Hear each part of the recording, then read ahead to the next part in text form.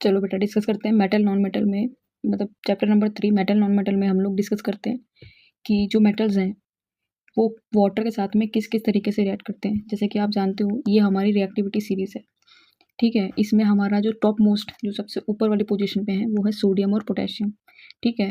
फिर कैल्शियम आता है, फिर मैग्नीशियम है, फिर एल्यूमिनियम, जिंक और आयरन है, और फिर बाकी lead, hydrogen, copper, mercury, silver और गोल्ड है आपका।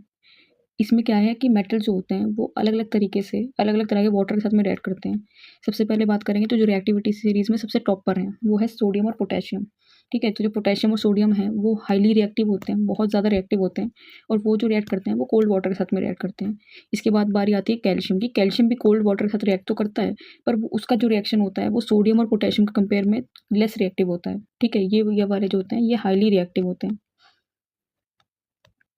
यानी कि इनका जो रिएक्शन है वो हाईली एक्सोथर्मिक होता है, ठीक है। उसके कंपेयर में कैल्शियम का इतना ऐसा नहीं होता कि रिएक्शन बहुत ज़्यादा एक्सोथर्मिक होगा।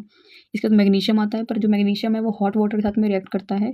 एल्यूमिनियम, जिंक और आयरन जो है वो स्टीम के साथ में रिएक्ट करते हैं, और इसके नीचे वाले जो एलिमेंट्स हैं ये पानी के साथ में रिएक्ट ही नहीं करते। तो ये था जनरल सा हमारा इंट्रोडक्शन रिएक्टिविटी सीरीज़ में ही, कि किस किस तरीके से जो मेटल्स हैं वो कौन से तरीके के वाटर के साथ में रिएक्शन करते हैं। अब थोड़ा डिटेल में समझते हैं। पहली तो हम लोग बात करेंगे सोडियम और पोटेशियम का, ठीक है। इनका रिएक्शन किस तरीके से होता है। तो सोडियम और पोटेशियम का जब भी आप रिएक्शन कराते हो वाटर के साथ में, पर ये जो वाटर है वो कैसा वाटर है, कोल्ड वाटर है, तो आपको हाइड्रोक्साइड मिलता है, यानी कि पोटेशियम हाइड्रोक्साइड मिलेगा या फिर सोडियम हाइड्रोक्साइड मिलेगा।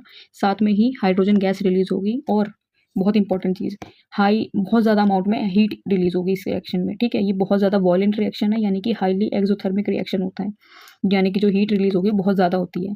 अब क्योंकि बहुत ज़्यादा हीट अमाउंट में हीट रिलीज होती है, तो इसीलिए क्या होता है कि ये जो सोडियम और पोटेशियम है ये हाईली रिएक्टिव होते हैं, और ये जब भी ऐसे मतलब आप बोलो रूम टेम्परेचर में ये ऐसे किसी मतलब वाटर ऑक्सीजन के कांटेक्ट में आते हैं, तो इससे क्या है फायर कैच कर लेते हैं। ये जो है ये दोनों फायर कैच कर देते हैं, इसीलिए इनको बोला जाता है कि इनको सोडियम और पोटेशियम को हम लोग केरोसिन में स्टोर करके रखते हैं, ठीक है। क्योंकि इनका जो रिएक्शन है वो हाईली एक्सोथर्मिक होता है, या फिर बोलो बहुत ज़्यादा वॉलेंट रिएक्शन होता है। ये अगर ऐसे नॉर्मली ऑक्सीजन के कॉन्टैक्ट में आ जाएंगे तो ये आग पकड़ लेते हैं। इसके बाद इंपॉर्टेंट चीज़ आती है कि इनकी फ्लेम का कलर कैसा होता है। तो जो सोडियम की फ्लेम का कलर है वो गोल्डन येलो होता है, और जो पोटेशियम की फ्लेम का कलर होता है वो लाइट पर्पल कलर का होता है, ठीक है। इसके बाद है कैल्शियम। कैल्शियम किस तरीके से रिएक्ट करता है। तो कैल्शियम भी कोल्ड वाटर के साथ ही रिएक्ट करता है, कोल्ड वाटर के साथ में ये भी हाइड्रोक्साइड ही बनाता है, ये भी कैल्शियम हाइड्रोक्साइड फॉर्म करता है। जैसे कि आप देखोगे सोडियम और पोटेशियम भी हाइड्रोक्साइड ही बना रहे थे, ये भी हाइड्रोक्साइड बनाता है। साथ में हाइड्रोजन गैस रिलीज होती है, और हीट रिलीज होती है, पर उतनी नहीं होती जितनी उन दोनों में होती है, तो कुछ अमाउंट में हीट इसमें भी रिलीज होती है। अब इसमें अलग बात क्या है कि जब आपका जो कैल्शियम हाइड्रोक्साइड फॉर्म होता है, इसी की वजह से जो आपका सोल्यूशन होता है वो मिल्की हो जाता है, ठीक है। इसके बाद आएगा मैग्नीशियम। मैग्नीशियम जो है वो हॉट वाटर के साथ में रिएक्ट करता है, और ये भी क्या फॉर्म करता है, ये भी हाइड्रोक्साइड फॉर्म करता है, और साथ में हाइड्रोजन गैस रिलीज होती है। अब एक इंपॉर्टेंट चीज़ आती है कि कैल्शियम और मैग्नीशियम के केस में क्या है कि जो मेटल है वो फ्लोट करने लग जाता है। कैल्शियम मैग्नीशियम का जो मेटल है वो फ्लोट करने लग जाता है।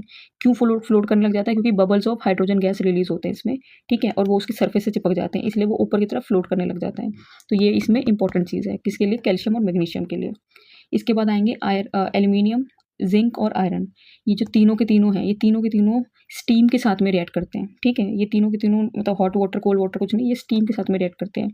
और डिफरेंट चीज़ और इंपॉर्टेंट चीज़ ये है कि जब भी एल्यूमिनियम, जिंक और आयरन वाटर के साथ में रिएक्ट करेंगे, यानी स्टीम के साथ रिएक्ट करेंगे, तो यहाँ पर आपको हाइड्रोक्साइड नहीं, यहाँ पर आपको ऑक्साइड मिलती है। देखो एल्यूमिनियम ऑक्साइड, जिंक ऑक्साइड और आयरन ऑक्साइड, साथ में आपकी हाइड्रोजन गैस रिलीज होती है।